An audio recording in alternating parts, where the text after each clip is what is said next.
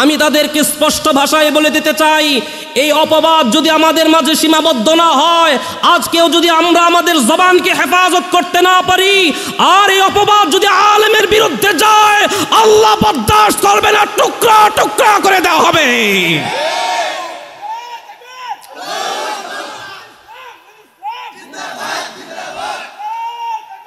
সাবধান সাবধান, আজকে আলেমদেরকে ডাবানোর জন্য বিভিন্ন ষড়যন্ত্র করা হচ্ছে। তারা চেয়েছিল একেবারে আলেমদেরকে দমিয়ে দিবে, কিন্তু ওয়ামাকারু ওয়ামাকারাল্লাহ, তারাও চক্রান্ত করে। আর উত্তম কৌশল অবলম্বন যিনি করে তিনি কে? চিৎকার দিয়ে বলেন তিনি কে?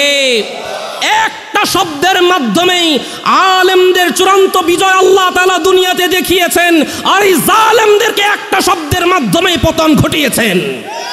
এখান থেকেও যদি কোনো জালেম শিক্ষা না নেয়, এর পরবর্তীতেও যদি কোনো জালেম শিক্ষা না নেয়, তাদের জন্যও এমন অপদস্থ লাঞ্ছিত আল্লাহ তাআলা ঘরে ঘরে ঢুকিয়ে দিবে, থামায় দিতে পারবে না, পারবে না, পারবে না। বাংলা কোরআনের পাখি যাকে আমরা বলতে চিনি, এক নাম বললে যাকে বাংলার আনাচে কানাচে সমস্ত মানুষ চিনে, আল্লামা শহীদ আল্লামা দেলওয়ার হুসাইন সাঈদীকে 13টি বছর জেলের ভিতরে রেখে ধুকে ধুকে তাকে মেরেছে শুধুই কেবল অপবাদ দেওয়ার কারণে, ঠিক কিনা বলেন?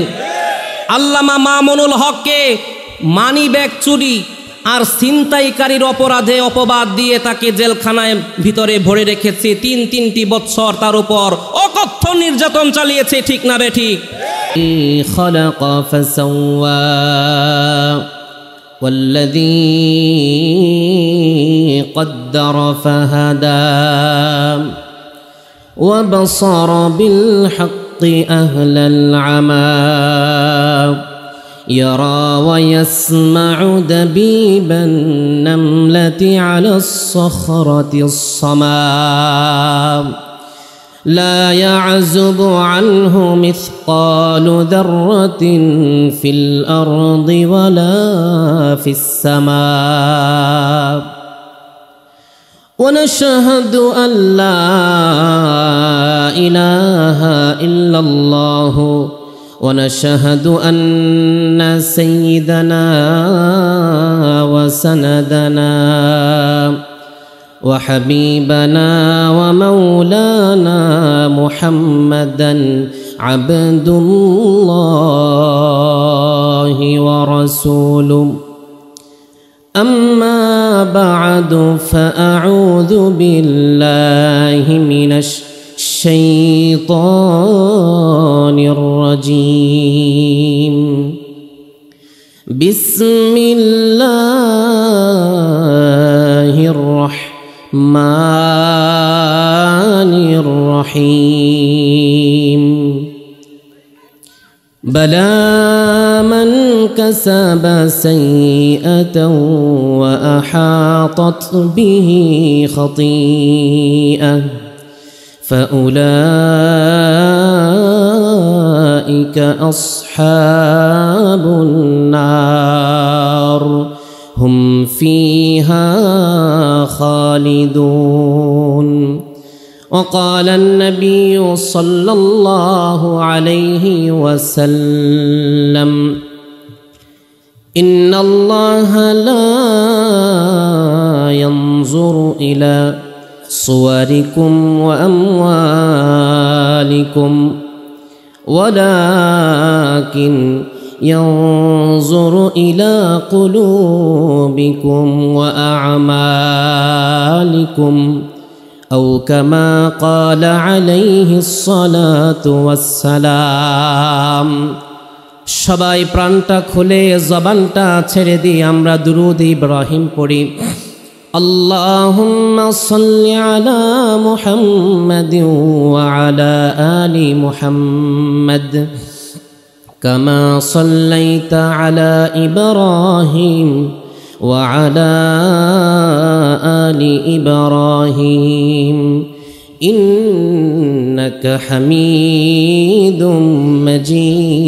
مجيد اللهم بارك على محمد وعلى آل محمد كما باركت على إبراهيم وعلى آل إبراهيم إنك حميد مجيد رب زدني علما رب زدني علما رب زدني علما رب اشرح لي صدري ويسر لي أمري واحلل عقدة من لساني يفقه قولي سبحانك لا علم لنا إلا ما علمتنا إنك أنت العليم الحكيم এখানে যারা বসছেন আজকের এই মাহফিলে সবাই জবানটা ছেড়ে দিয়ে বলছি আলহামদুলিল্লাহ। আরো জোরে বলে আলহামদুলিল্লাহ।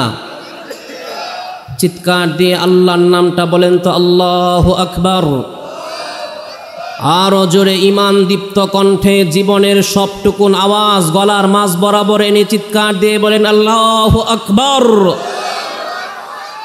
আলহামদুলিল্লাহ।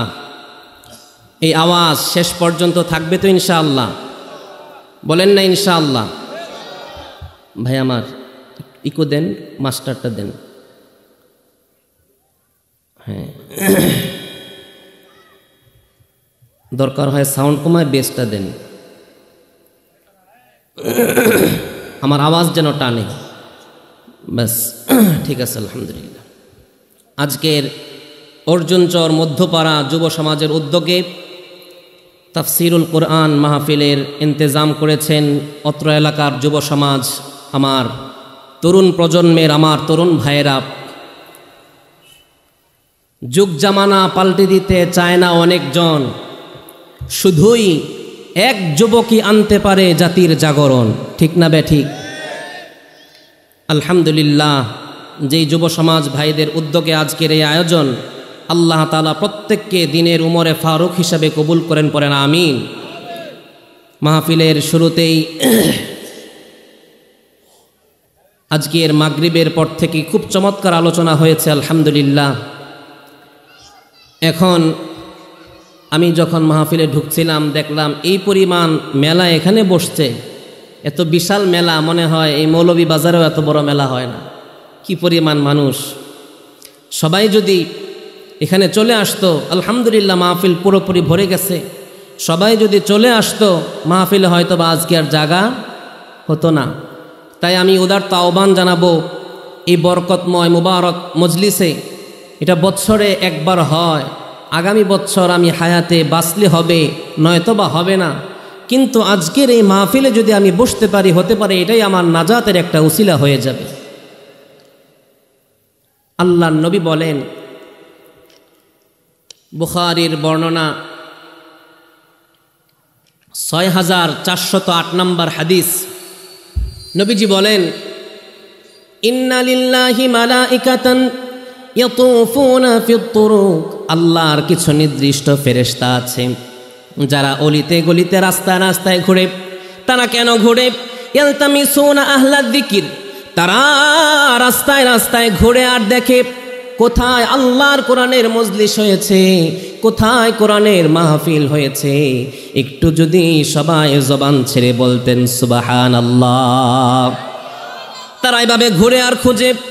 ফাইদা ওয়াজাদু কওমান ইয়াযকুরুনাল্লাহ, ফেরেশতারা যখন দেখে একটা মাহফিল হয়েছে, মজলিস হয়েছে, কিছু মানুষ মাহফিলে বসে পড়ে, সুবহানাল্লাহ।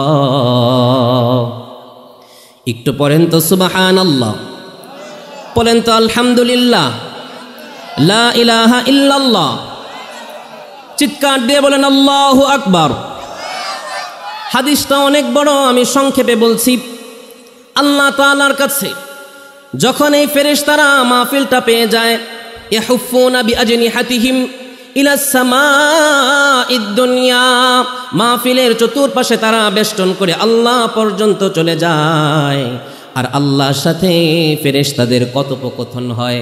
বলে এই ফেরেশতারা, আমার এই বান্দারা এই অর্জনচর মাহফিলে বসে তারা কি করে? ফেরেশতারা বলে, তারা বলেছে আল্লাহু আকবার, তারা পড়ছে সুবহানাল্লাহ, তারা বলে আলহামদুলিল্লাহ, ইউসাব্বিহুনাক ওয়া ইউকাব্বিরুনাক ওয়া ইউমাজ্জিদুনাক আল্লাহ। তারা মাহফিলে বসে বসে এই আওয়াজগুলো করে। আল্লাহ তাআলা হাদিসের একেবারে শেষাংশে বলে, ফাউশহিদুকুম আন্নী কদ গফারতু লাহুম।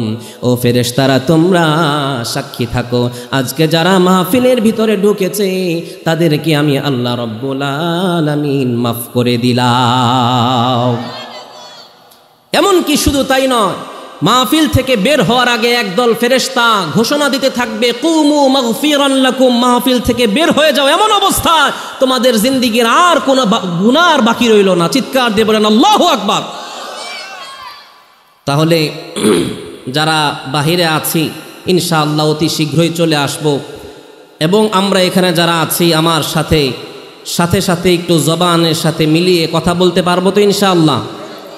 একজন তাকবীর দেন তো দেখি, একজন জোরে একটা তাকবীর দেন দেখি। মাশাআল্লাহ। এবার আমার একজন যুবক ভাইদের মধ্যে একজন তাকবীর দেন দেখি।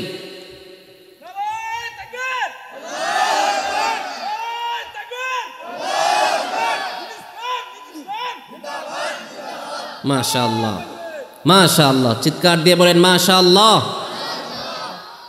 আজকের এই মাহফিলে যে আয়াতে কারিমা তিলাওয়াত করেছি সূরাতুল বাকারার আয়াত নাম্বার 81, আল্লাহ তাআলা কি বলছেন? যেহেতু এটা তাফসীরুল কুরআনের মাহফিল, তাই আজকে একটি আয়াতকে কেন্দ্র করে আমাদের তাফসীর হবে, বলেন ইনশাআল্লাহ।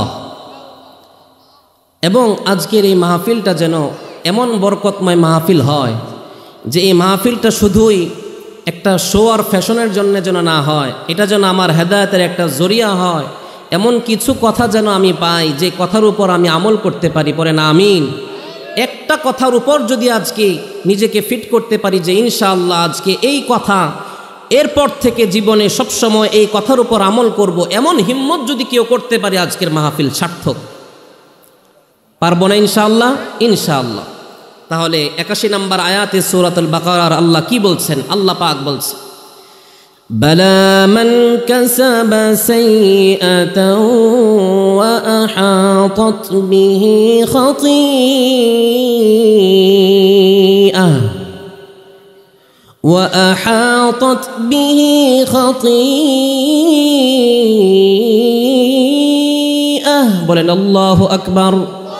আল্লাহ পাক বলছেন, মান কাসাবা সাইয়্যা ওয়া আহাতাত বিহি খাতিআ, যারা গুনাহ কামাই করে, যারা গুনায় কামাই করে, ওয়া আহাতাত বিহি খাতিআ, গুনাহ যারা কামাই করে আর গুনার চতুর্পাশে যারা থাকে, অর্থাৎ গুনাহ যাদেরকে বেষ্টন করে রাখে, ওয়া আহাতাত বিহি খাতিআ ফাউলাইকা আসহাবুন নার, তারা হবে জাহান্নামী। কথাটা বলেছেন কে? চিৎকার দিয়ে বলেন, কথাটা বলেছেন কে? একটু যদি বুঝার চেষ্টা করেন গুনাহ আবার কিভাবে কামাই করে। আমরা তো জানতাম সম্পদ কামাই করি, আমরা তো জানতাম মাল কামাই করি, কিন্তু গুনাহ আবার কিভাবে কামাই করে জানার দরকার আছে না নাই? আবার আল্লাহ বলেন ওয়া আহাতাত বিহি খাতিআ, গুনাহ তাকে বেষ্টন করে রাখে, গুনাহ আবার কিভাবে বেষ্টন করে রাখে জানার দরকার আছে না নাই? এক নাম্বার কথা, আজকের তাফসীরুল কুরআন মাহফিল থেকে যারা গুনাহ কামাই করে, এই কথার তাফসীর হচ্ছে এক নম্বরে গীবত করা। বলেন কি করা? গীবত করা। যারা গীবত করবে তারা শুধুই নামাজ আদায় করছে বিষয়টা এমন নয়, তারা শুধু সাদাকা করছে বিষয়টা এমন নয়, তারা শুধু রোজা আদায় করছে বিষয়টা এমন নয়। তাদের আমল নামায় যেমন নামাজের হিসাব লেখা হচ্ছে, ঠিক তদ্রূপ তাদের আমল নামায় গুনাহগুলো লেখা হচ্ছে। এখন আমি বলেন, আজকে আমি এশার নামাজ পড়লাম, আমি সেজদায় গেলাম, সেজদায় যাওয়ার পরেও আমার আমল নামা লেখা হচ্ছে কিনা? বলেন সিজদার আমলনামা লেখা হচ্ছে কিনা? সাথে সাথে আমার গুনাহগুলো লেখা হচ্ছে, আমি জানি না কেন। ওয়া আহাতাত বিহি খাতিআ, আমি গুনাহ করলাম আর এই গুনার ভিতরে আমি বেষ্টন রইলাম।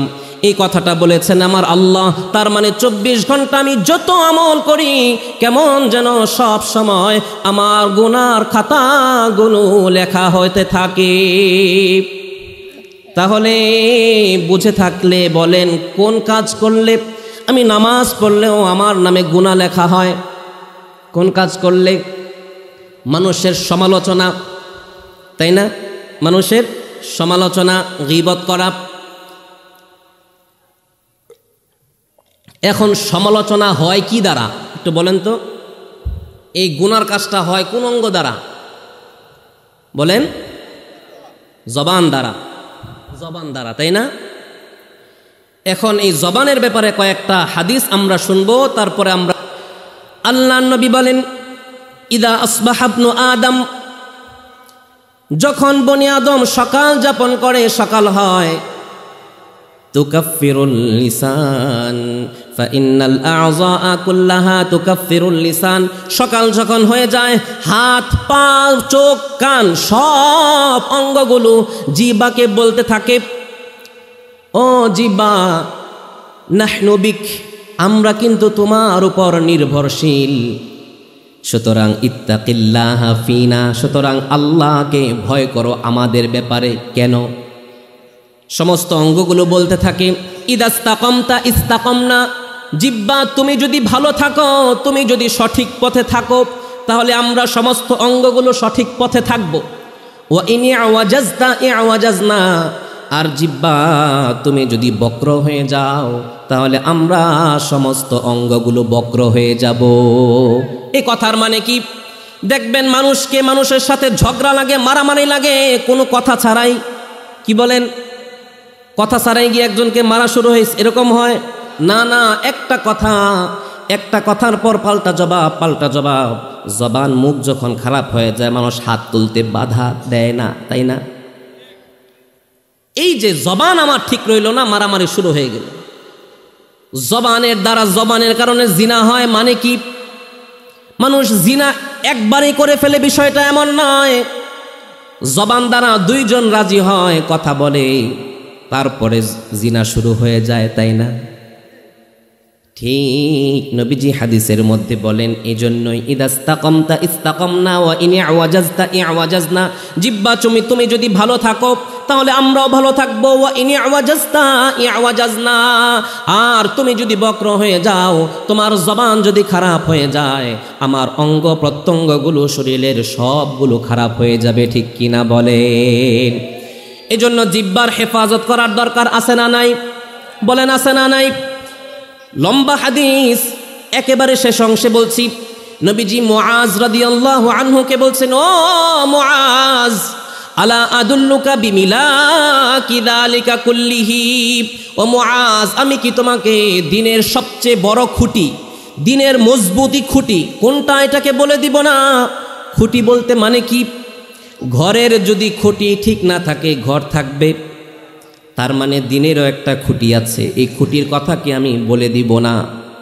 মুআজ বললেন, বালা ইয়া নবী আল্লাহ, ওগো নবীজি বলে দেন কোনটা দিনের খুঁটি। তখন নবীজি বললেন, এই যে দেখেন, আমার দিকে লক্ষ্য করেন। ফাআখাযা বিলিসানিহি, নবীজি এইভাবে জিহ্বাটা ধরলেন।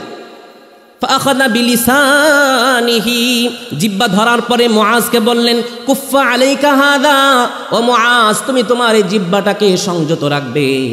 মুআজ রাদিয়াল্লাহু আনহু বললেন, ওয়া ইন্না লামুআখাযুনা বিমা নাতাকাল্লামু বিহি, ওগো নবীজি, আমরা কি কথার কারণেও কিয়ামতের ময়দানে পাকড়াও হব? আমরা তো জানতাম হাত দ্বারা জুলুম করলে আমাদেরকে পাকড়াও করা হবে, পায়ে হেঁটে আমরা জিনার কাজ করলে আমাদেরকে পাকড়াও করা হবে, চোখ দ্বারা গুনাহ করলে চোখের শাস্তি হবে। এখন কি আমাদের কথার দ্বারাও কি আমাদেরকে শাস্তি দেওয়া হবে? তখন নবীজি বললেন, ওয়া হাল ইয়াকুব্বুন নাসা ফিন নারি আলা ওয়ুজুহিহিম আও আলা মানাখিরিহিম ইল্লা হাসাইদু আলসিনাতিহিম। ওগো মুআজ, কথার কারণে, শুধুমাত্র কথার কারণে কিয়ামতের ময়দানে আল্লাহ তাআলা বান্দার চেহারাকে জাহান্নামের দিকে উপর করে ফেলে দিবেন। বলেন নাউযুবিল্লাহ। তাহলে বলেন জিহ্বার হেফাজত করার দরকার আছে না নাই? এজন্যই বুখারীর বর্ণনা, নবীজি বলেন ওয়া কানা ইয়ানহা আন কিলা ওয়া ক্বাল, নবীজি অনর্থক কথা বলতে নিষেধ করেছেন। একটু যদি বুঝে থাকেন, একসাথে অনেকেই বসলে কি রেখে যে কি বলবো হুঁশ থাকে না, আছে না নাই? অনেক দিন পরে বন্ধুর সাথে দেখা, অনেক দিন পরে নেতার সাথে দেখা, তাকে কি বলে খুশি করব হুঁশ থাকে না। কোনটা সত্য আর কোনটা মিথ্যা এটাও বলার সময় থাকে না, চিন্তা করার সময় থাকে না, কারণ তাকে তো আমাকে খুশি করতেই হবে। এই জন্য অনেক সময় আমার অজান্তেই এমন কথা বের হয়ে যায় যে কথার ফলে যিনি নারাজ হয়ে যান তিনি কে?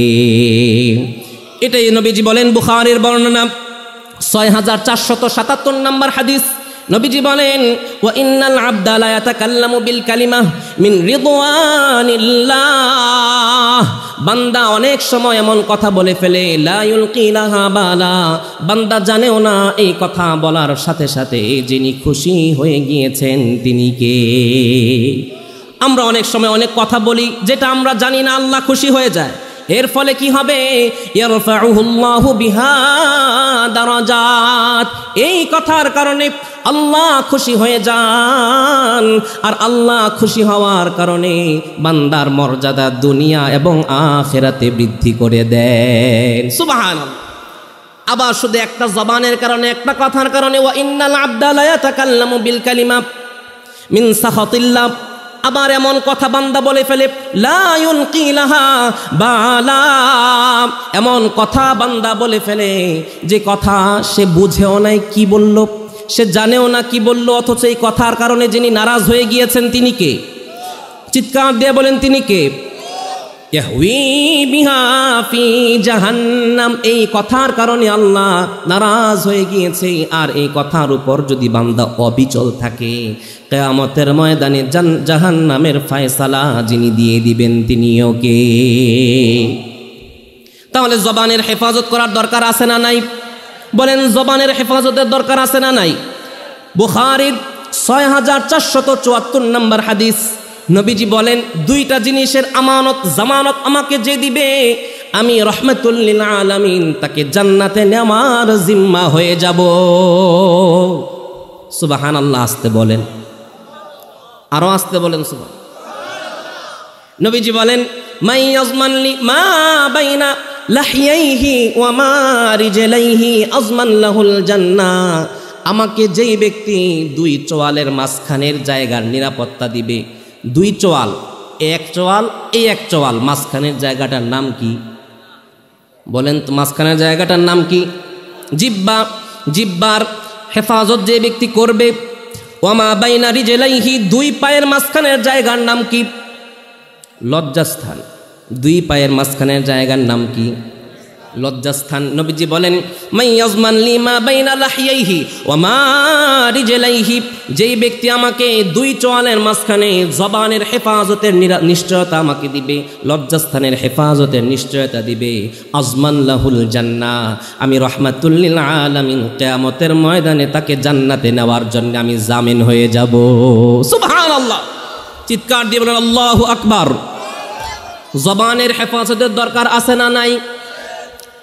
এইবার আমরা বলেছিলাম গীবত হয় কি দ্বারা? জবান দ্বারা। তাহলে জবানের হেফাজত করতে পারবো তো ইনশাআল্লাহ? ইনশাআল্লাহ। এইবার আমরা শুনবো গীবত কাকে বলে। এখানে অনেক বিজ্ঞ মানুষ বসেছেন, আমি যাদের চেহারা দেখতে পাচ্ছি বিচক্ষণ মানুষ বসেছেন। যদি একজন আমাকে বলতেন গীবত কাকে বলে, গীবত মানে কি, গীবত কাকে বলে একটু বলেন, আপনারা কি বুঝেন গীবত বলতে?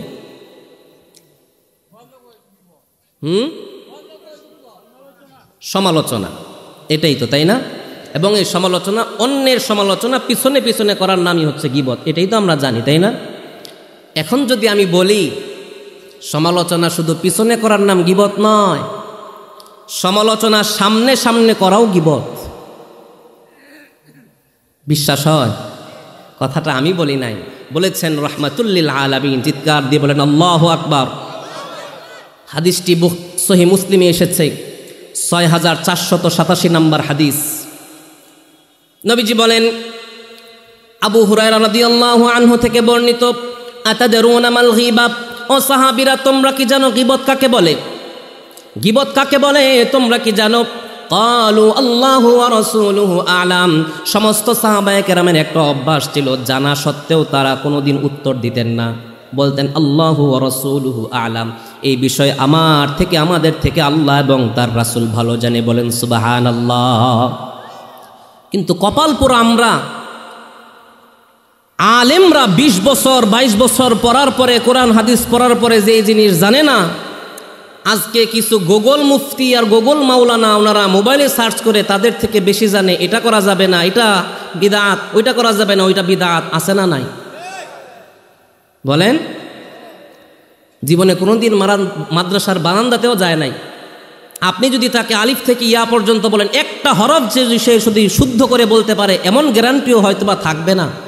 কিন্তু ওনারা আলেমের ব্যাপারে, এমনকি আলেমের বিরুদ্ধে পর্যন্ত আঙ্গুল তুলে কথা বলতে দ্বিধাবোধ করে না। আফসোস, যেখানে সাহাবায়ে কেরাম বললেন আল্লাহু ওয়া রাসূলুহু আ'লাম, আমরা জানি না, আল্লাহ এবং তার রাসূল ভালো জানে। আর আমাদের যুগে এসে বলে এই হুজুর আর কি জানে, হুজুর আর কি পড়ছে, বাংলা চটি বই পড়ে উনি বুখারী শায়েখ হয়ে গেছে। আছে না নাই? আল্লাহ তাআলা আমাদেরকে বুঝার, আমল করার তৌফিক দান করেন, পড়েন আমিন। আজকের মাহফিল থেকে হিম্মত করব, জীবনে কোনোদিন একজন আলেমের বিরুদ্ধে আঙ্গুল তুলব তো দূরে থাক, কোনোদিন কথা বলবো না, বলেন ইনশাআল্লাহ। যদি শুনেছি একজন আলেম এই ব্যাপারে কথা বলেছেন, এই ব্যাপারে কথা বলার অধিকার আমার নেই। একজন আলেম, উনি বিজ্ঞ মানুষ, উনি পড়াশোনা করেছে, আমার জানা নেই, চুপ থাকা, এটাই হচ্ছে একজন প্রকৃত মুসলমানের কাজ, ঠিক না বেঠিক? তাহলে ওই হাদিসটা বলছিলাম, সাহাবায়ে কেরাম বললেন নবীজি গীবত কোনটা আমরা তো জানি না। নবীজি বললেন শোনো গীবত কোনটা, যিকরুকা আখাকা বিমা ইয়াকরাহ। গীবত হচ্ছে ওই জিনিস, তোমার ভাইয়ের এমন কথা তুমি বললা, যেই কথা বললে তোমার ভাই শুনলে কষ্ট পায়। এখন এই কথাটা আড়ালেও হতে পারে, আবার ওপেনেও হতে পারে, ঠিক না বেঠিক? তখন সাহাবায়ে কেরাম বললেন, কিলা আফারাআইতা ইন কানা ফি আখি। ওগো নবীজি, আমার ভাইয়ের মধ্যে যেই দোষ নিয়ে আমরা আলোচনা করি, এটা যদি তার মাঝে থাকে, এটাও কি গীবত? সে তো এই গুনাহ করতেছে, আমরা দিব্যমান দেখছি, তাহলে এটাও কি গীবত হবে? নবীজি বললেন ইন কানা ফিহি ফাকাদ ইগতাবতা। যদি এই দোষ থাকে আর তুমি সমালোচনা করো, তাহলেই তো গীবত। ওয়া ইন লাম ইয়াকুন ফিহি ফাকাদ বাহাত্তাহু। আর এই দোষ যদি তার মাঝে না থাকে, তাহলে তুমি তাকে অপবাদ দিলা, ঠিক না বেঠিক? এখন বলেন, এই পরিমাণ গুনার সাথে আমরা জড়িত কে নাই? আজকে বলেন, আমি যে বললাম এই আয়াত সূরাতুল বাকারার 81 নম্বর আয়াত, এখন নিজের জীবনের সাথে ফিট করে দেখেন, এই গুনার সাথে আমরা জড়িত আছি কিনা? আছি তো? এই জন্যই এমন কথা যদি হয়, এমন কাজ যদি হয়, আমার এই ভাই সমাজের মধ্যে করছে, যদি এটা সমাজের মধ্যে বিশৃঙ্খলা সৃষ্টির কারণ না হয়, তাহলে কারোর কাছে বলা যাবে? বলেন না, কারোর কাছে বলা যাবে না। তবে যদি তার এই অপরাধের কারণে সমাজের মধ্যে বিশৃঙ্খলা সৃষ্টি হয়, তাহলে মানুষকে সতর্ক করে দেওয়া এটা আমার ইমানি দায়িত্ব। বিষয়টা কিন্তু খুব জটিল। সে নেশা করছে, এর দ্বারা অন্যের কোনো ক্ষতি হয় না, তাই না? কি বলেন? কিন্তু সে মানুষের ঘরে ঘরে যায়, মানুষের সাথে খাতির লাগায়, কিন্তু ঘরের ভিতরে কি আছে এটা দেখে আসে, পরের দিন রাত্রে করে চুরি করবো দেখে। তাহলে এটা যদি আমি জানি, বুঝি, আরেকজন ভাইকে জানা দরকার, ভাই সে কিন্তু আপনার ঘরে আসবে আপনার ঘরে চুরি করার জন্যে, এটা জানিয়ে দেওয়া। কেন? সমাজের মাঝে যেন বিশৃঙ্খলা না হয়। বুঝে আসছে সবার? কিন্তু তার ব্যক্তিগত কোনো গুনাহ, তার ব্যক্তিগত কোনো অপরাধ, যেটার কারণে সে একাই জড়িত, অন্য সমাজের মাঝে কোনো বিশৃঙ্খলা হবে না, এমন কথা কারোর কাছে না বলাই ইমানি দায়িত্ব। বুঝে আসছে সবার? তাহলে আমরা পারবো তো ইনশাআল্লাহ?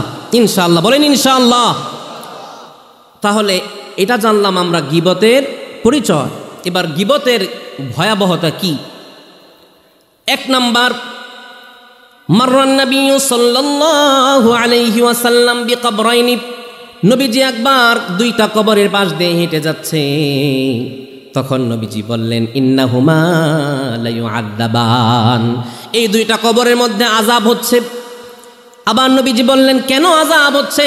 ওয়ামা ইউআযাবানি ফি কাবীরিন, কোনো কবিরা গুনাহের কারণে, জঘন্য গুনাহের কারণে আযাব হচ্ছে, বিষয়টা এমন নয়। তাহলে কেন আযাব হচ্ছে? নবীজি বলেন আম্মা আহাদুহুমা ফিল বাউলি, একজনের কবরে আযাব হচ্ছে পেশাব পায়খানা, নাপাকি থেকে সে বেঁচে থাকতো না। ওয়া আম্মাল আখারু ফায়ুআযাবু ফিল গীবা, অন্য বর্ণনা এসেছে ইয়ামশি বিন নামিমা, আরেকজনের কবরের মধ্যে আযাব হচ্ছে, এর কারণ হলো সে রাস্তা দিয়ে হেঁটে যেত, বলতো জানোনি সে কিন্তু ভালো না, সে কিন্তু এটা করেছে, সে কিন্তু ওইটা করেছে, মানুষের গীবত করত, এর কারণে এই কবরের মাঝে আযাব হচ্ছে। বলেন নাউজুবিল্লাহ। আরেকটা কথা বলি, আমরা তো সবাই জানি সুদ খাওয়া অনেক বড় গুনাহ, তাই না? কিন্তু আমি কি জানি একজন আলেম হওয়া সত্ত্বেও আমি যে সুদ খাচ্ছি, আমি তো নিশ্চিত আমি সুদ খাচ্ছি না, কিন্তু পরোক্ষভাবে কেমন যেন আমি সুদ খাচ্ছি। আলেমগণ এখানে বসা, কথা যদি ভুল হয় ইনশাআল্লাহ ওনারা আমাদের উস্তাদ তুল্য, আমার উস্তাদ ভুল ধরিয়ে দিবেন ইনশাআল্লাহ। নবীজি বলেন ইন্না মিন আরবার রিবাল ইস্তিতালা, সবচেয়ে বড় সুদ হলো কোন জিনিস? আচ্ছা, আমাদের এলাকার মান্যগণ্য ব্যক্তিরা নিচে বসেছেন, হুজুররা যদি উপরে চলে আসেন সুন্দর হয়। হুজুররা চলে আসেন উপরে, না হুজুররা নিচে বসলে খারাপ দেখা যায়। চলে আসেন, আসেন, চলে আসেন। কবির হুজুর আসেন, বসেন, চলে আসেন।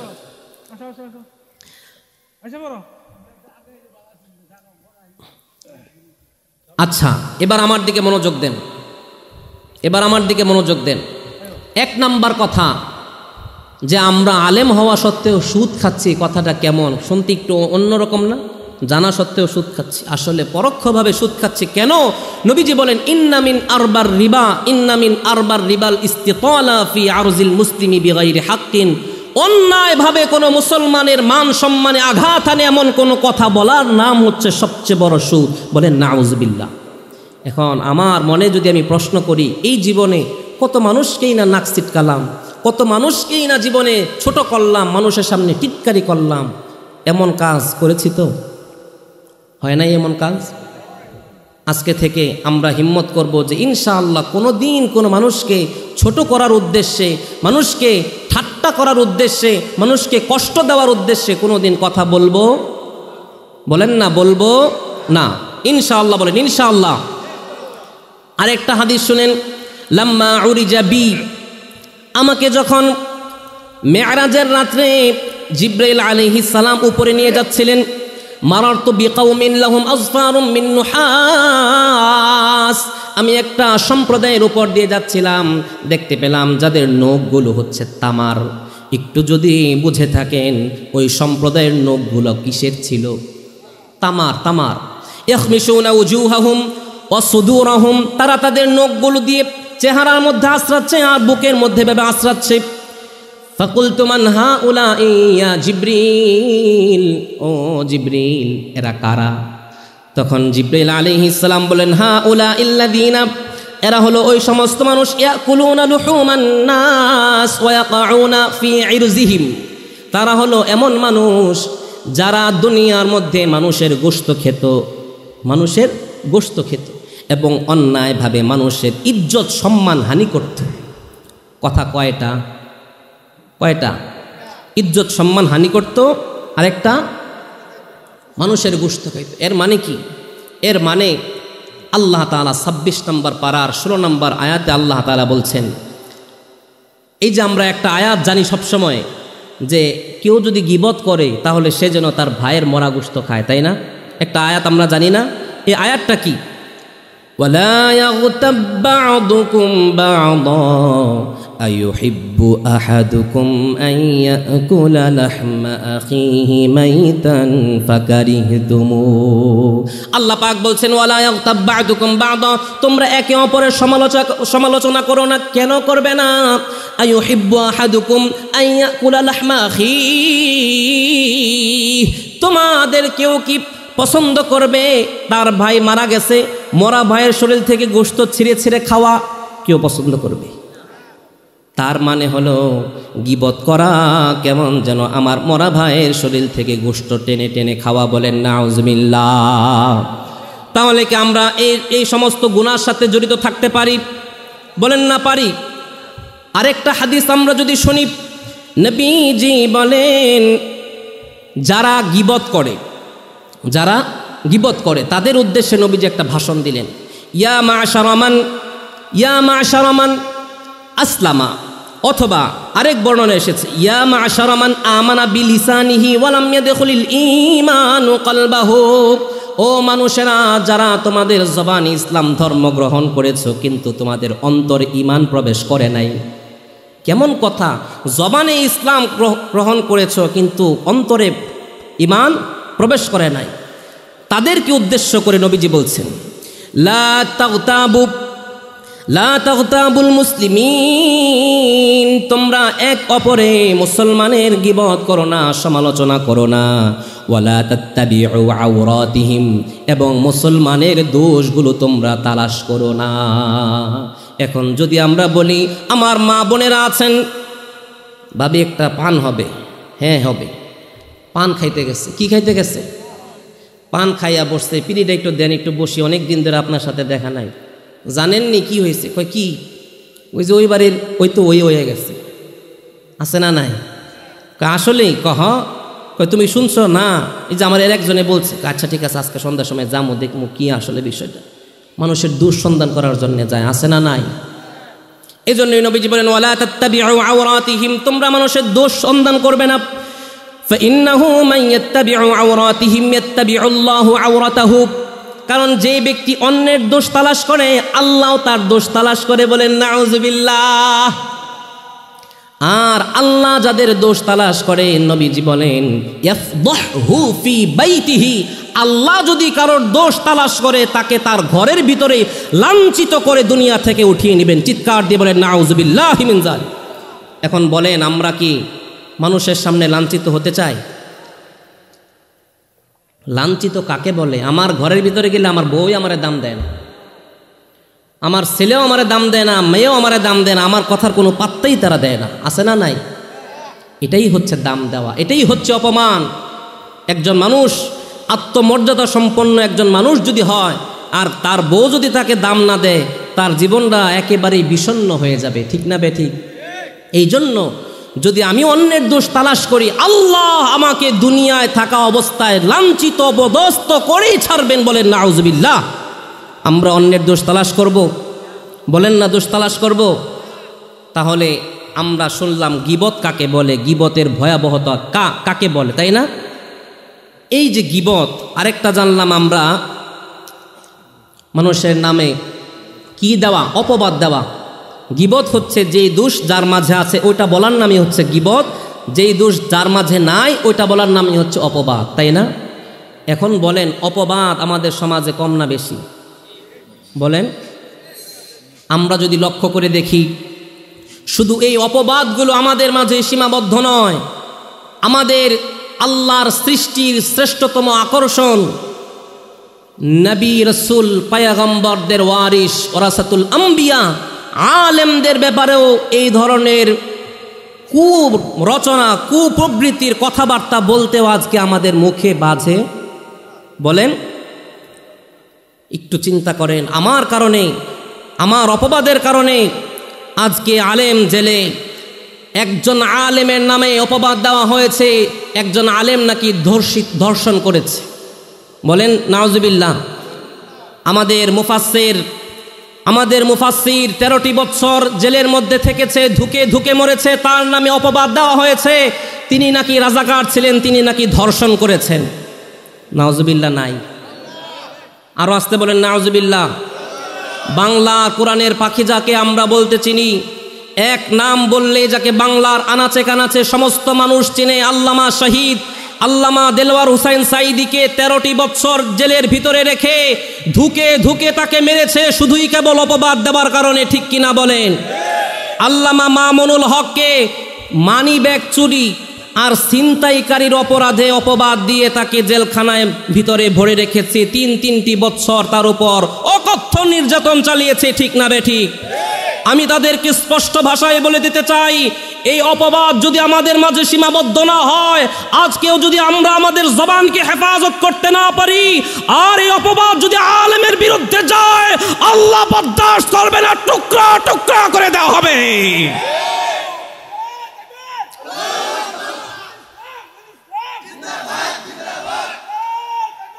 সাবধান সাবধান, খুব সতর্ক।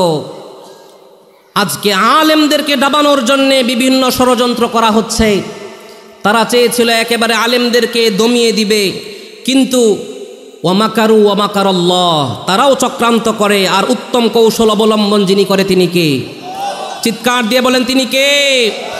একটা শব্দের মাধ্যমেই আলেমদের চূড়ান্ত বিজয় আল্লাহ তাআলা দুনিয়াতে দেখিয়েছেন, আর এই জালেমদেরকে একটা শব্দের মাধ্যমেই পতন ঘটিয়েছেন। এখান থেকেও যদি কোনো জালেম শিক্ষা না নেয়, এর পরবর্তীতেও যদি কোনো জালেম শিক্ষা না নেয়, তাদের জন্যও এমন অপদস্থ লাঞ্ছিত আল্লাহ তাআলা ঘরে ঘরে ঢুকিয়ে দিবে, থামায় দিতে পারবে না, পারবে না, পারবে না। তাহলে ইনশাআল্লাহ বলেন ইনশাআল্লাহ, যতদিন বেঁচে থাকি অপবাদ দেওয়া যাবে, বলেন অপবাদ দেওয়া যাবে, হিংসা করা যাবে, গীবত করা যাবে না। আমরা একটু সামনের দিকে আগায় আগায় বসি, পিছনে জায়গা হচ্ছে না, ওনারা অনেকেই দাঁড়িয়ে আছে।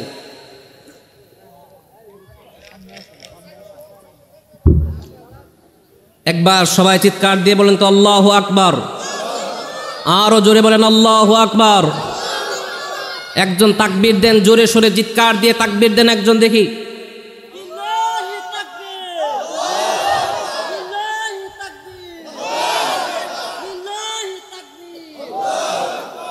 সবার শরীর গরম হয়েছে আবার। এবার সূরাতুল বাকারার 81 নম্বর আয়াত থেকে আমরা তাফসীর শুনছিলাম। 1 নম্বর কথা, যারা গীবত করবে তারা সব সময় গুনাহ কামাই করছে এবং এই গুনার ভিতরেই তারা আছে, বলেন নাউজুবিল্লাহ। আমাকে যদি একটু সময় দেওয়া হয়, ইনশাআল্লাহ আমি পুঙ্খানুপুঙ্খানু আয়াতগুলো, এই আয়াতের তাফসীরগুলো আমি বুঝিয়ে দিব।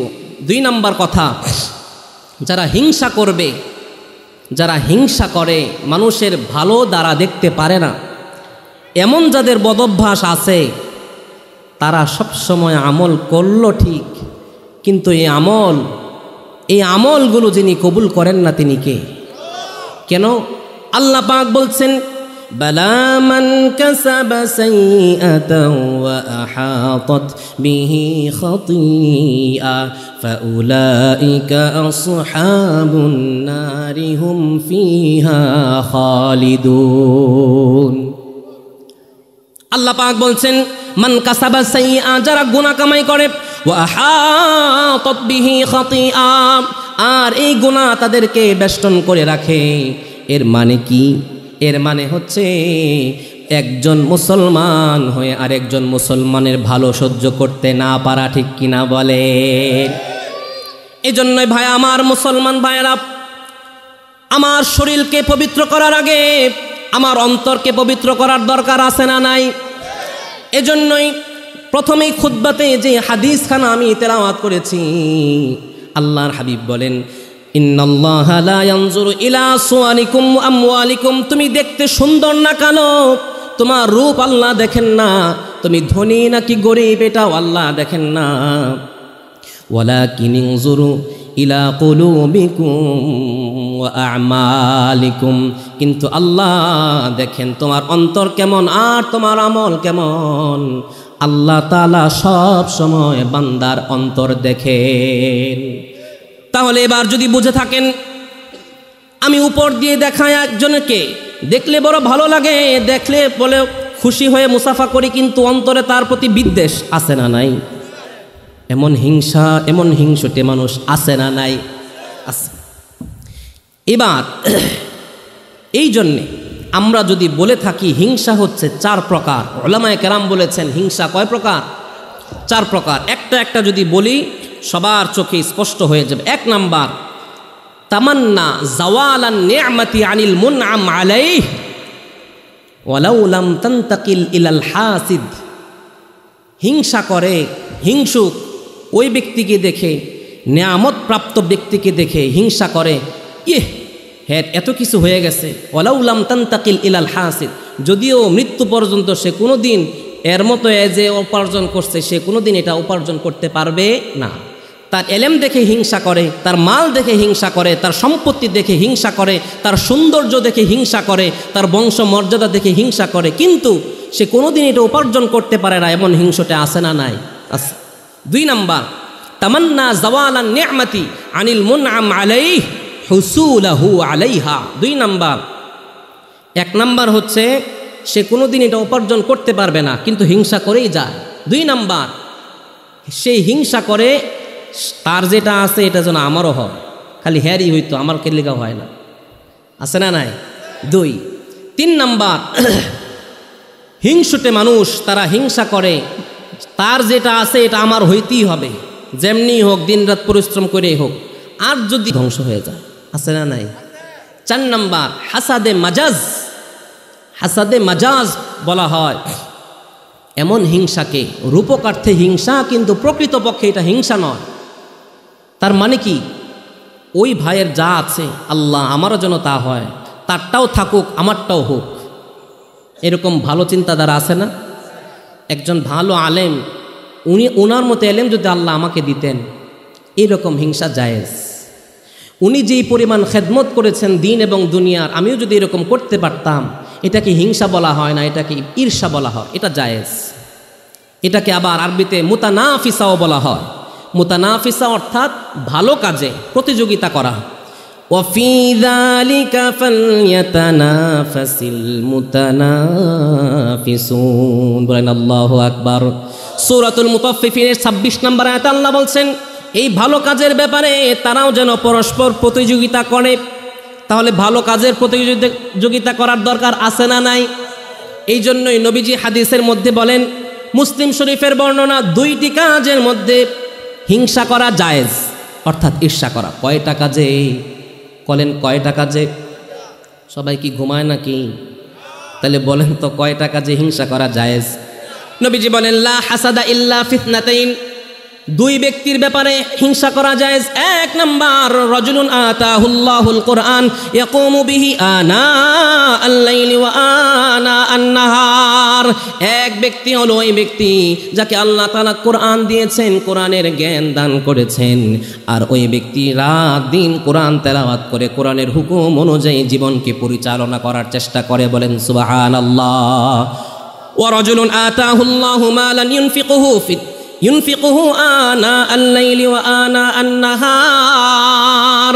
আরেক ব্যক্তি হলো এমন ব্যক্তি যাকে আল্লাহ তাআলা এমন সম্পদ দিয়েছে, যেই সম্পদ সে দিনেও খরচ করে রাতেও খরচ করে, যে চায় তাকে দেয়, আল্লাহর জন্য দান করে। দানটা করে কার জনের জন্যে? কার জন্যে? বলেন দানটা করে কার জন্যে? বলে কার জন্যে দান করে? এমন ব্যক্তিকে দেখে হিংসা করা জায়েজ। দেখবেন এমন কিছু মানুষ আছে, মসজিদে কিছু টাকা লাগবে, হুজুর আমি আগে, মাহফিলে টাকা লাগবে, হুজুর আমি আগে, দিনের কাজগুলোর আগে সবার আগে দাঁড়িয়ে যায়, এমন আছে না নাই? তাদেরকে দেখে দেখে হিংসা করা, ঈর্ষা করা জায়েজ। আল্লাহ যদি ওনার মতো সম্পদ আমাকে দিতেন তাহলে আমিও তার মতো দিনের রাস্তায় ব্যয় করতাম, আছে না নাই? সোশ্যাল মিডিয়াতে আমরা অনেক সময় দেখি ফ্রি মোশন একটা আইডিয়া, ওই আইডি থেকে একজন ভাই, উনি সবসময় গরিব দুঃখীদেরকে দেখে দেখে টাকা দেয়, ঠিক না? তাদেরকে দুর্দশাগুলো বুঝে দেখে দেখে টাকা দেয়। এটা দেখে যদি আমি তামান্না করি, আল্লাহ তার মতো টাকা যদি আমাকেও দিতা তাহলে আমিও তো তোমার রাস্তায় দান করতে পারতাম, এমন হিংসা করা জায়েজ আছে। কিন্তু বাকি ওই 3টা হিংসা করা জায়েজ নাই। এই গেল প্রথম কথা হিংসার ব্যাপারে। তারপরে এই যে হিংসার ক্ষতি নবীজি বলেন দাব্বা ইলাইকুম দাউল উমামি ক্বাবলাকুম আল হাসাদু ওয়াল বাগযা। পূর্ববর্তী যত সমস্ত উম্মত ছিল, নবী ছিল, সমস্ত নবীদের উম্মতদের একটা রোগ ছিল, যে রোগটা তোমাদের মাঝেও ঢুকে গেছে। বলেছেন নবীজি রহমাতুল্লিল আলামিন, বলেছেন সাহাবায়ে কেরামদেরকে। একটু যদি বুঝে থাকেন এই কথাটা বলেছেন কে? নবীজি। কে বলেছেন? কাদেরকে বলেছেন? সাহাবায়ে কেরামদের। সাহাবায়ে কেরামকে বলছে যে তোমাদের ভিতরে কিন্তু আগের নবীদের উম্মতের একটা রোগ ঢুকে যাচ্ছে। সেই রোগটা কি? আল হাসাদ ওয়াল বাগযা। এক হচ্ছে হিংসা, আরেক হচ্ছে মানুষকে দেখে তাচ্ছিল্য করা, মানুষকে অবজ্ঞা করা। সেই 1400 বছর আগে নবীজি বলেছে। 1400 বছর পরে মনে হয় সব শেষ। কি বলেন? আছে? তারপরে নবীজি বলেন, তিরমিজি সুনানে তিরমিজির 2510 নম্বর হাদিস এটা, নবীজি বলেন ওয়াল্লাযী নাফসি বিয়াদিহি, ওই সত্তার কসম, ওই সত্তার হাতে আমার প্রাণ, যেই সত্তার হাতে প্রাণ, ওই সত্তার কসম, লা তাদখুলুল জান্নাহ হাত্তা তুমিনু, তোমরা জান্নাতে যেতে পারবে না যতক্ষণ না পর্যন্ত ঈমানদার হবে। একটু সবাই মনটা খুলে, জবানটা ছেড়ে, সবাই সচক্ষে সকানে আওয়াজ দিয়ে বলেন আমরা জান্নাতে যেতে চাই কিনা? বলেন আমরা জান্নাতে যেতে চাই কিনা? কিন্তু নবীজি বলেন হাত্তা তুমিনু, যতক্ষণ না পর্যন্ত ঈমানদার হবে ততদিন পর্যন্ত জান্নাতে যেতে পারবে না। এখন আমরা ঈমানদার তো, কি বলেন? ঈমানদার তো। কিন্তু নবীজি বলেন ঈমানদার হওয়ার জন্যে ওয়ালা তুমিনু হাত্তা তাহাব্বু, কিন্তু তোমরা ঈমানদার হওয়ার দাবি করলেও ততক্ষণ পর্যন্ত ঈমানদার হতে পারবে না যতক্ষণ পর্যন্ত পরস্পরকে ভালোবাসবে। বলেন সুবহানাল্লাহ। এই কথার দ্বারা কেমন যেন নবীজি জানিয়ে দিচ্ছেন, এক ভাই যদি আরেক ভাইকে ভালোবাসে, ঈমানের সার্টিফিকেট পেয়ে গেলাম। আর ঈমানের সার্টিফিকেট পেয়ে যাওয়ার সাথে সাথে যিনি আমাদের জন্যে জান্নাতের সার্টিফিকেট দিয়ে দিবেন, চিৎকার দিয়ে বলেন তিনি কে? তাহলে জান্নাতে যাওয়ার জন্যে প্রথম শর্ত ঈমানদার হওয়া, আর ঈমানদার হওয়ার জন্যে শর্ত হলো পরস্পরকে ভালোবাসা। ওয়ালা তাহাব্বু হাত্তা তাহাব্বু, এই হাদিসটা, এই শব্দটা এসেছে বাবে মুফাআলা থেকে। উলামায়ে কেরাম এখানে আছেন, বাবে মুফাআলার এই খাসিয়াত কি? পরস্পরতা বোঝানো, তাই না? পরস্পরতা বোঝানো। তাহলে পরস্পরকে যতক্ষণ ভালো না বাসবে ততক্ষণ ঈমানদার হতে পারবে না, আর যতক্ষণ ঈমানদার না হবে ততক্ষণ জান্নাতে যেতে পারবে না। কেমন যেন বুঝাচ্ছেন, হিংসা করলে ঈমানদার হতে পারবে না, আর ঈমানদার না হলে জান্নাতে যেতে পারবে না। ঠিক না বে ঠিক? 2 নাম্বার কথা বলেছিলাম, সব সময় আমল করি কিন্তু আমল তো থাকে না। এই কথা বোঝার আগে একটা উদাহরণ দেই। মাছ ধরতে গেলাম ডোলা নিয়ে, কিন্তু ডোলার তলা নাই। মাছ কয়টা আসবে বাড়িতে? বলেন কয়টা? বাজারে গেলাম, অনেক দামি দামি সদাই কিনলাম, ব্যাগের তলা ছিঁড়া। কয়টা সদাই ঘরে আসবে? সদাই তো আসবেই না, বরঞ্চ বউয়ের ধমকানি আছে না নাই? তাহলে এবার বুঝেন, যদি আমার মাছ ঘরে আনতে চাই, বাজারের সদাই ঘরে আনতে চাই, ডোলার তলা লাগানোর দরকার আছে না নাই? ব্যাগের তলা লাগানো দরকার আছে না নাই? কিন্তু নবীজি বলেন, আবু দাউদ গালেবান, আবু দাউদ শরীফে হাদিসটা এসেছে, নবীজি বলেন ইয়াকুম ওয়াল হাসাদ ফা ইন্নাল হাসাদা ইয়াকুলুল হাসানাতি কামা তাকুলুন নারুল হাতাব। তোমরা সব সময় আমল করো ঠিক, কিন্তু ইয়াকুম ওয়াল হাসাদ, হাসাদ থেকে, হিংসা থেকে বাঁচো। হিংসা করবে না। কেন হিংসা করব না? ফাইন্নাল হাসাদ ইয়াকুলুল হাসানাত কামা তাকুলুন নারুল হাতাব। হিংসা সমস্ত ভালো আমলগুলোকে খেয়ে ফেলে। কেমন ভাবে খায়? একটা কাঠের পিছনে যদি আগুন লাগিয়ে দেওয়া হয়, কাঠের শেষ মাথায় গিয়ে আগুনটা শেষ হবে, অর্থাৎ কাঠটা শেষ করে ফেলবে। এখন যদি বলেন খালের ঘাট থেকে মৌলভীবাজার পর্যন্ত লাকড়ির একটা সিরিয়াল দিলাম, আর খালের ঘাটের মাথার মধ্যে আগুন ধরিয়ে দিলাম, এই সিরিয়াল যত বড়ই হোক, সিরিয়াল থাকবে তো লাকড়ির, কি হবে? পুরে সারখার হয়ে যাবে। এখন যদি আমি বলি আমি মুহাদ্দিস, আমি মুফতি, আমি শাইখুল হাদিস, আমি প্রিন্সিপাল, আমি ইমাম, আমি হাফেজ, আমি আলেম, আমার দ্বারা কোনো দিন তাহাজ্জুদ মিস হয় না, 5 ওয়াক্ত নামাজ আমার মিস হয় না, যাকাত মিস হয় না, সাদাকা মিস হয় না, সব আমল তো করেই যাচ্ছি, কিন্তু আমার পাশের বাড়ির ভাইকে দেখলে আমার ভালো লাগে না, আছে না নাই? তার মানে বোঝা গেল সমস্ত আমল যদি আমি করি, আমার আমলের পাহাড় যতই হোক, এই যে আগুন পিছনে লেগে গেছে, এই পাহাড় একদিন আগুন খেয়ে ফেলবে, ঠিক কিনা বলে? এই জন্য হিংসা করা যাবে।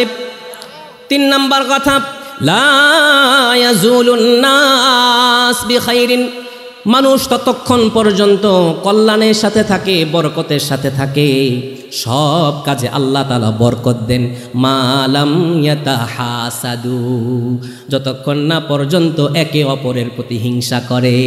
অর্থাৎ আমার ভাইয়ের কাছে ভালো কিছু এসেছে, ভাইয়ের ভালো কিছু হয়েছে, এটা দেখে যদি আমারও ভালো লাগে, বুঝে নিতে হবে আমাকে আল্লাহ তাআলা দুনিয়া এবং আখিরাতে বরকতের জিন্দেগি দান করবেন, বলেন সুবহানাল্লাহ।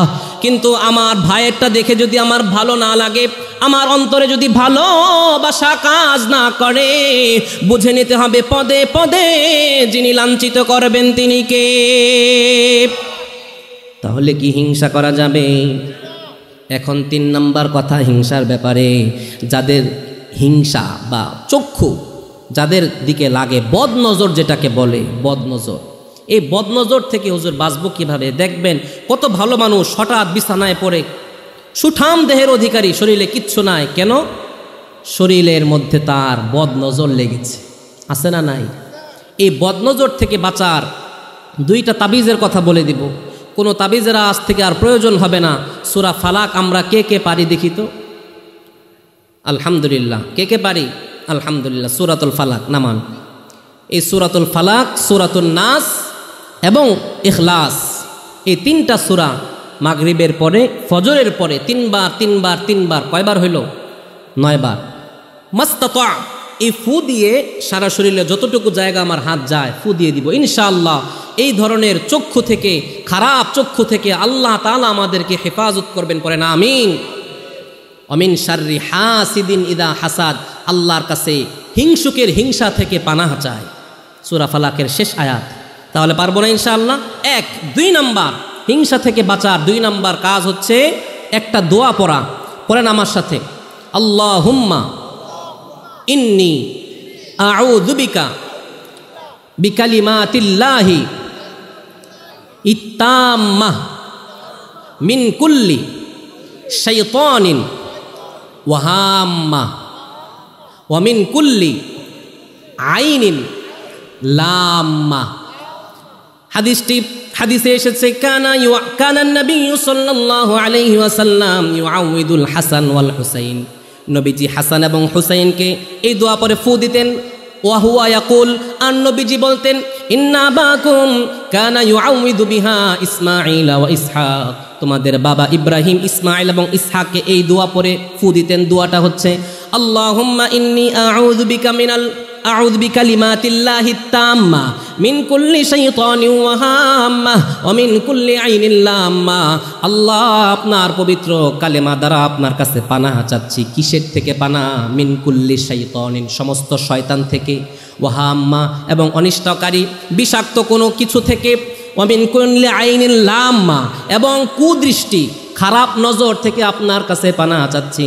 মাগরিবের পরে আর ফজরের পরে যদি সন্তানকে ফু দিয়ে দেন, কোনো বদনজরকারীর এই বদনজর আপনার সন্তানের শরীরে লাগবে না, বলেন সুবহানাল্লাহ। পারবো না ইনশাআল্লাহ? ইনশাআল্লাহ। এই গেল এই আয়াতের 2 নাম্বার তাফসীর। 3 নাম্বার, যারা গুনাহর সাথে সম্পৃক্ত থাকে, 3 নাম্বার কাজ হচ্ছে যারা অহংকার করে। কি করে? বলেন কি করে? অহংকার করে। এখন বলেন, একটু সবাই সামনের দিকে চলে আসেন, যদি একটু কষ্ট করেন মেহেরবানি করে, জায়গা হচ্ছে না। বলেন লা ইলাহা লা ইলাহা, সামনের দিকে চলে আসেন, লা ইলাহা হো লা ইলাহা লা ইলাহা ইল্লাল্লাহু মুহাম্মাদুর রাসূলুল্লাহ। তাহলে বলতেছিলাম সূরাতুল বাকারার ৮১ নম্বর আয়াত আল্লাহ পাক বলছেন বালা মান কাসাবা সাইয়্যাতান ওয়া আহাতাত বিহি খাতিআ ফাউলাইকা আসহাবুন নার। যারা গুনাহ করে, গুনাহ কামাই করে, তারা সব সময় গুনার ভিতরে থাকে, আর এই গুনার ভিতরে যারা থাকে ফাউলাইকা আসহাবুন নার, এই গুনার ভিতরে থাকার কারণে জাহান্নামের মধ্যে জায়গা যিনি করে দিবেন তিনি কে? আমরা কি মাহফিলে এসেছি জাহান্নামে যাওয়ার জন্যে, নাকি জাহান্নাম থেকে বাঁচার জন্যে? জাহান্নাম থেকে বেঁচে জান্নাতে যাওয়ার জন্যে, তাই না? আল্লাহ তাআলা আমরা এখানে যারা যারা বসেছি সবাইকে আল্লাহর জান্নাতি হওয়ার তৌফিক দেন, পড়ে না আমিন। ৩ নম্বর কথা, আল মুতাকাব্বিরুন, যারা সব সময় অহংকার করে। অহংকার মানে কি? গবতুন নাস, মানুষকে তাচ্ছিল্য করা আর নিজেকে বড় মনে করা, তাই না? মানে আমার থেকে আর কে বেশি জানে, আমার থেকে আর কে বেশি পারে, আমার থেকে শক্তি আর কার আছে, এটাই তো অহংকার, তাই না? কিন্তু অহংকার তো করার মালিক যিনি, তিনি কে? আল্লাহ পাক সূরাতুল জাসিয়া ২৭ নম্বর আয়াতে বলছেন ওয়ালাহুল কিবরিয়াউ ফিস সামাওয়াত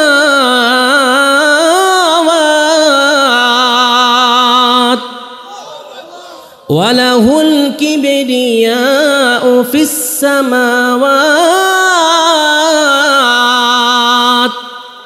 ওয়াল আরদ। আল্লাহ পাক বলছেন আসমান এবং জমিনের মধ্যে রাজত্ব আর বরায়ত্ব কার? আল্লাহ পাক বলছেন। আবার সূরাত বানী ইসরাঈলের ২৭ নম্বর আয়াতে আবার বলছেন ওয়ালা তামশি ফিল আরদি মারহা ইন্নাকা লান তাখরিকাল আরদ ওয়া লান তাবলুগাল জিবালা তুলা। জমিনের মধ্যে দম্ভ আর অহংকার করে হেঁটো না কেন? ইন্নাকা, নিশ্চয় তুমি, লান তাখরিকাল আরদ। দেখেন ইন্নাকা একবার তাকিদ, লান আবার তাকিদ, দুইটাই অতি তাকিদের জন্য ব্যবহার হয়, আর দুইটা তাকিদ একসাথেই আসছে। তার মানে তুমি এমনভাবে হেঁটো না অহংকার করে, তোমার পায়ের আওয়াজে জমিন ফাটবে না। ওয়ালান তাবলুগাল জিবালা তুলা, লম্বায়ও তুমি পাহাড় পরিমাণ হতে পারবে না। তাহলে কিসের এত অহংকার? অহংকার যিনি করবেন তিনি কে? আবার আল্লাহ তাআলা সূরাতুল লুকমানের 18 নম্বর আয়াতে বলছেন ওয়ালা তামশি ফিল আরদি মারহা ইন্নাল্লাহা লা ইউহিব্বু কুল্লা মুখতালিন ফখুর। অহংকার করো না, অহংকার করে জমিনে দম্ভ ভরে হেঁটো না কেন? ইন্নাল্লাহা লা ইউহিব্বু কুল্লা মুখতালিন ফখুর। আল্লাহ তাআলা কোন অহংকারকারীকে ভালোবাসেন না, বলেন না আউযুবিল্লাহ। একটু যদি বুঝে থাকেন, আমাদের মনের মাঝে অনেক সময় এসে যায় আমার থেকে আর কে জানে, আমার থেকে সুন্দর আর কে আছে, আমার থেকে টাকাওয়ালা আর কে আছে, আমার বংশের থেকে আরো মর্যাদাপূর্ণ বংশ আর কার আছে? বলে কিনা? বলেন মনে হয় কিনা?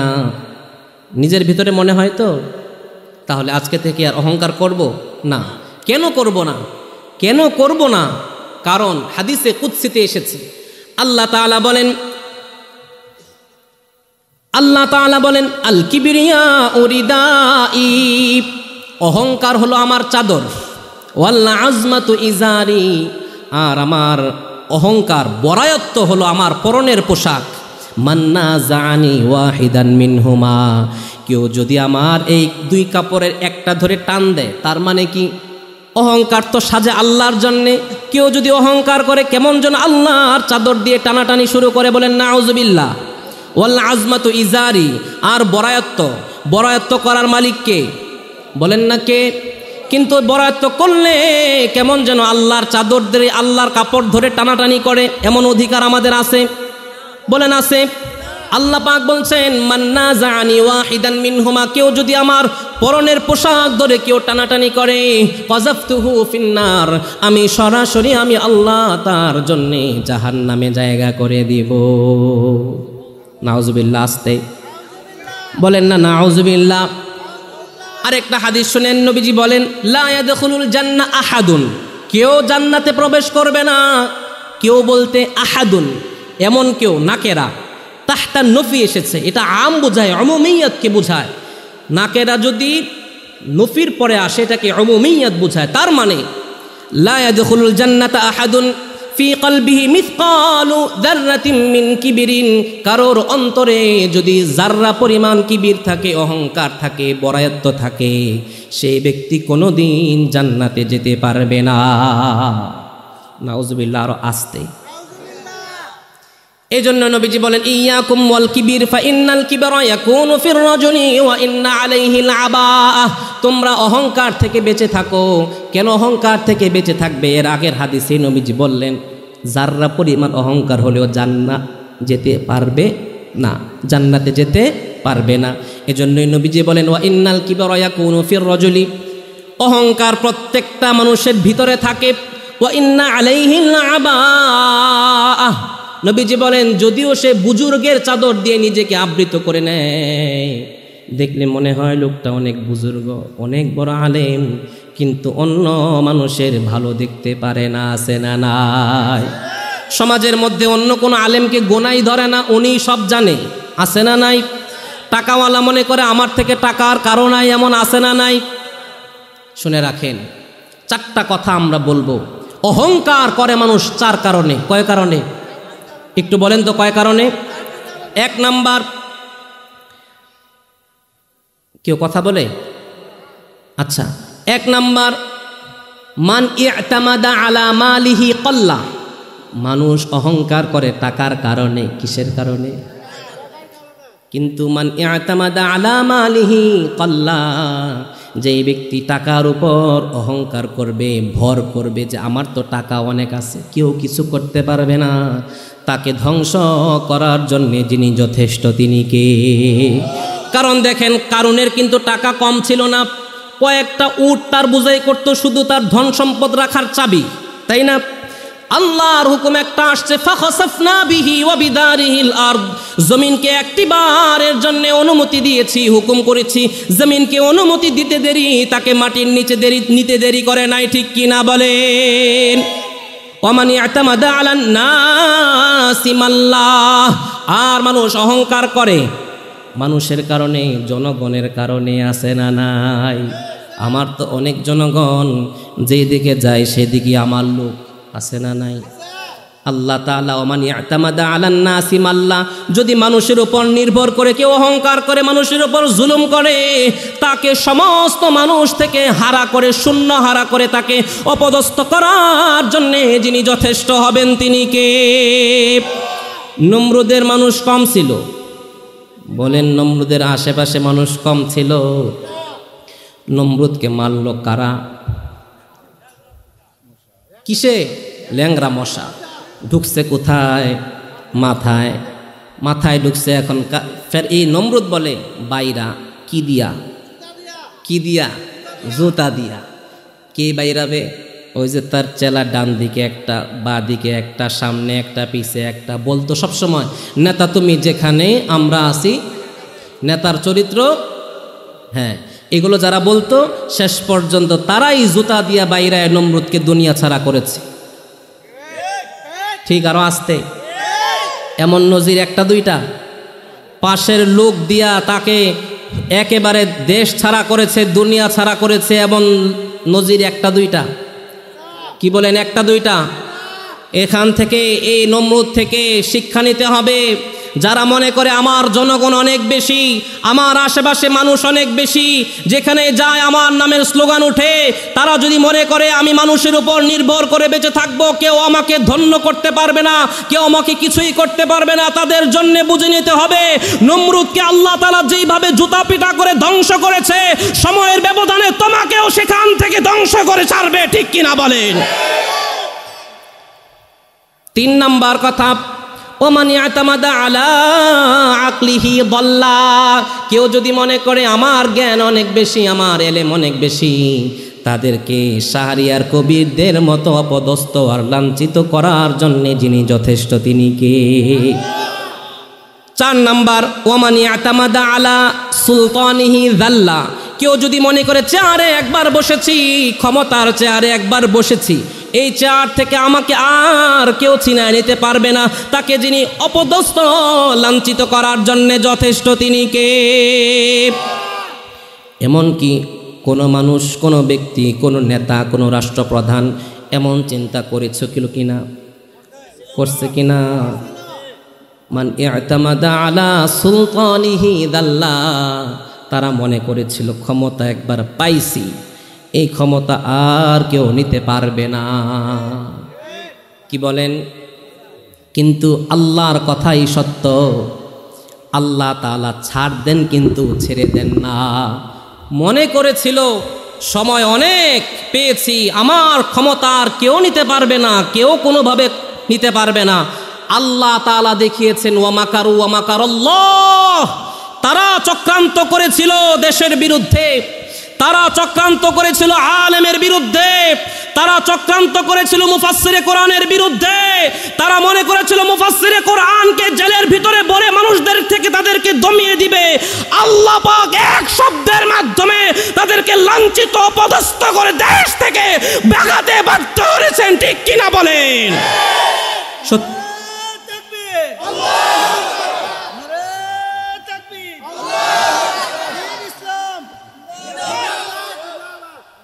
এই কথা যদি কেউ মনে করে আমার চেয়ার একবার আমি পেয়েছি, এই চেয়ার আর কেউ ছাড়াতে পারবে না, তাদের জন্য শিক্ষণীয় ঘটনা হয়ে থাকবে।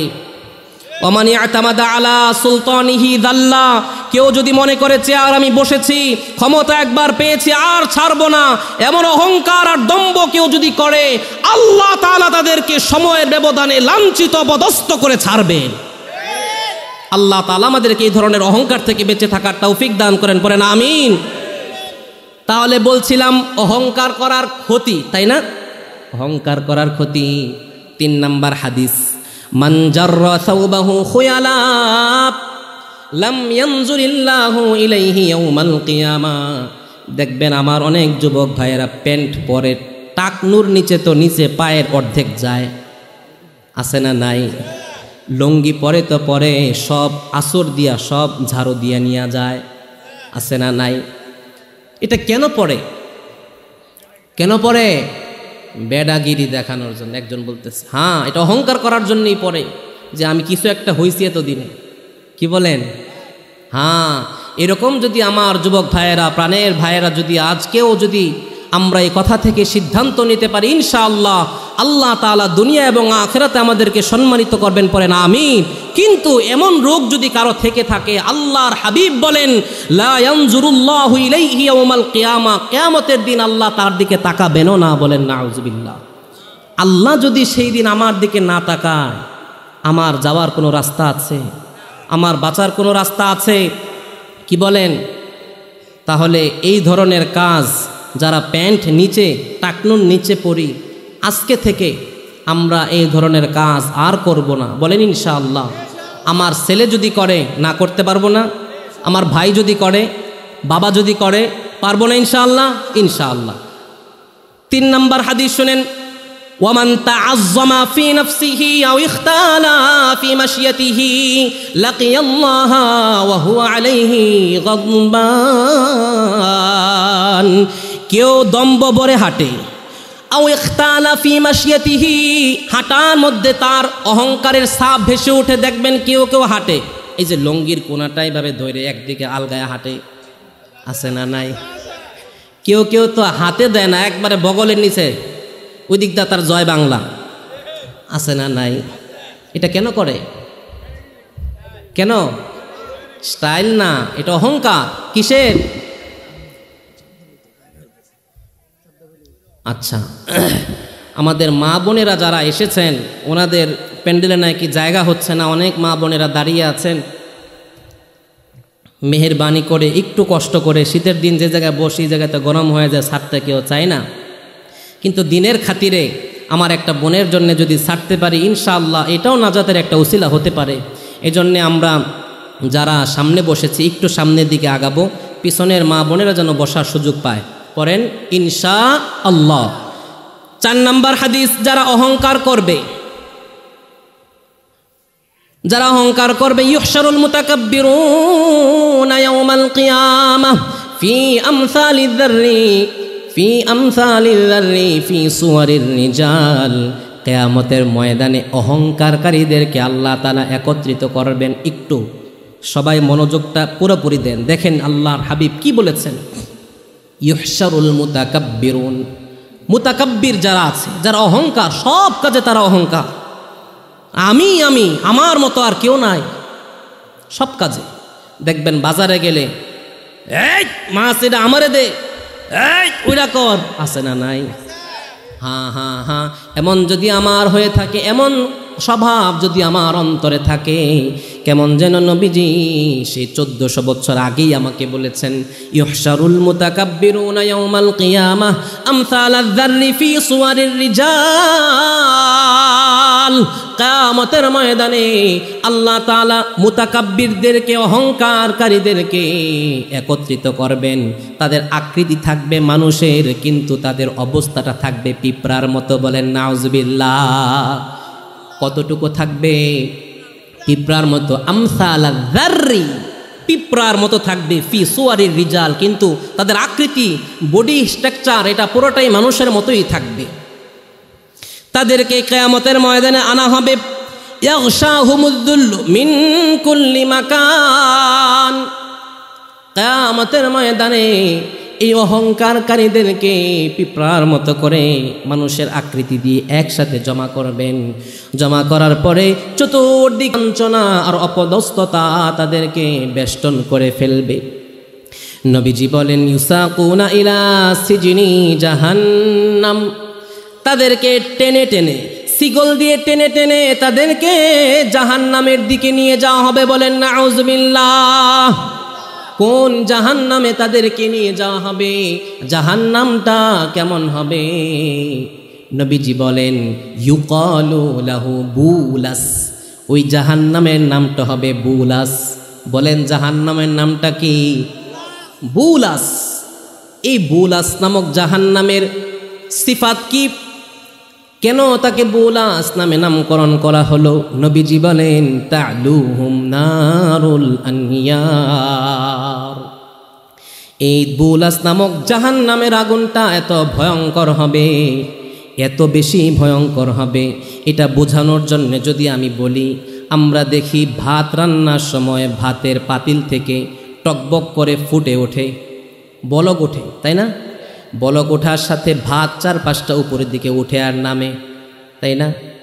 এই বুলাস নামক জাহান্নাম এত ভয়ঙ্কর হবে, জাহান্নামের আগুনগুলো গরমে ফুলে ফেপে এইভাবে বলক উঠতে থাকবে, আর এই অহংকারকারীদেরকে এইভাবে উঠাবে আর নামাবে। বলেন নাউজুবিল্লাহ। ওয়ায়ুসকাউনা মিন উসারাতি আহলিন নার তিনাতিল খাবাল।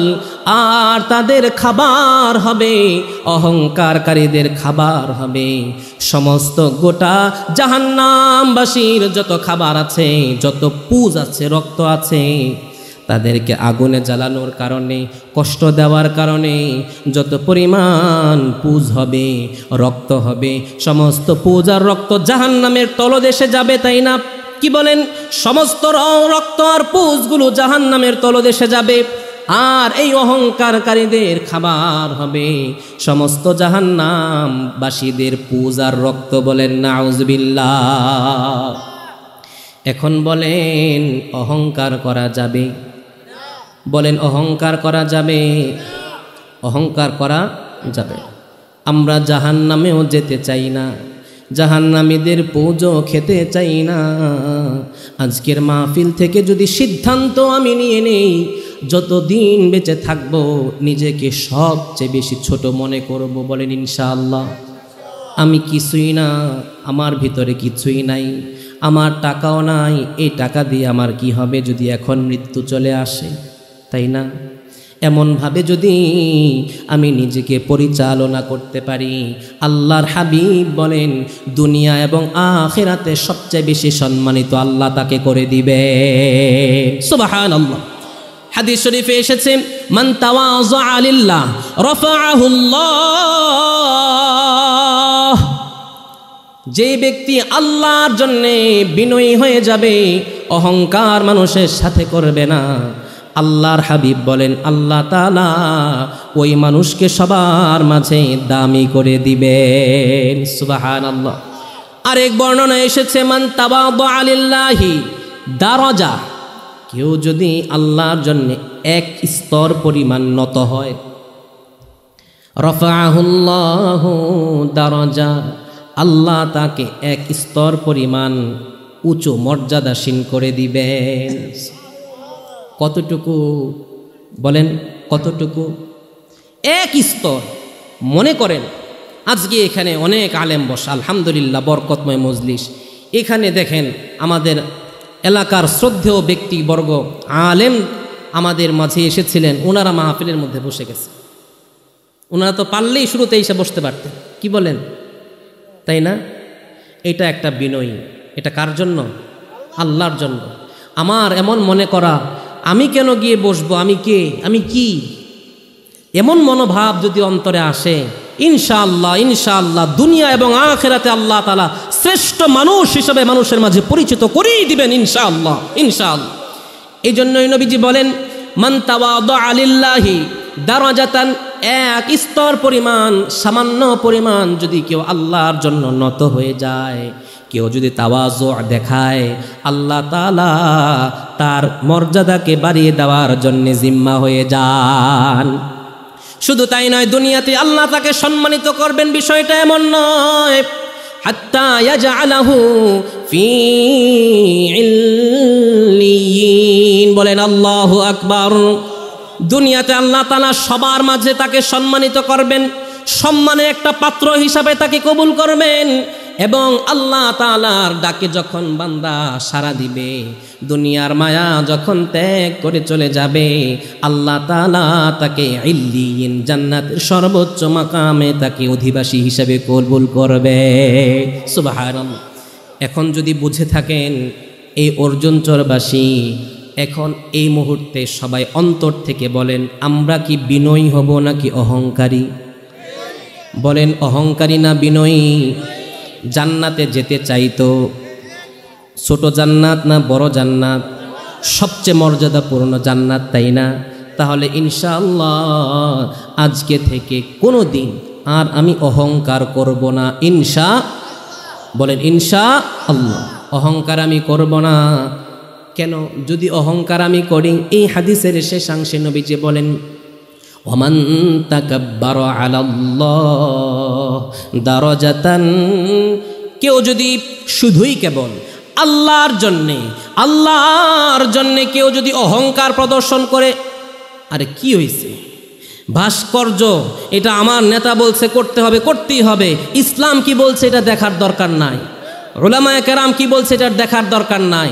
ওই ধরনের টাকলা মুরাদ তারা যদি বলে ইসলাম এবং উলামায়ে কেরাম কি বলেছে এটা দেখার দরকার নাই, আল্লাহ এবং তার রাসূল কি বলেছে এটা দেখার দরকার নাই, আমাদের সংবিধানে ইসলাম নামে বিসমিল্লাহ থাকতে পারে না, এমন টাকলা মুরাদ আর যাই হোক, যে ইসলামের বিরুদ্ধে আচরণ করবে, অহংকার প্রদর্শন করবে, দুনিয়াতে আল্লাহ তাআলা লাঞ্ছিত অপদস্থ করে ছাড়বেন। ঠিক কিনা বলেন? সাবধান সাবধান। কথা বলার আগে অনেক ভেবে চিনতে বলতে হবে, কোনোভাবেই যেন আমার দ্বারা অহংকার না হয়। পরে না আমিন। এই কথাটাই আমি বলছি। অনেকে বলবেন, অনেক জায়গায় বলে হুজুর কোরআন হাদিস থেকে কথা বলেন, এই কথাটা কি হাদিসের বাহিরে? কি বলেন বাহিরে?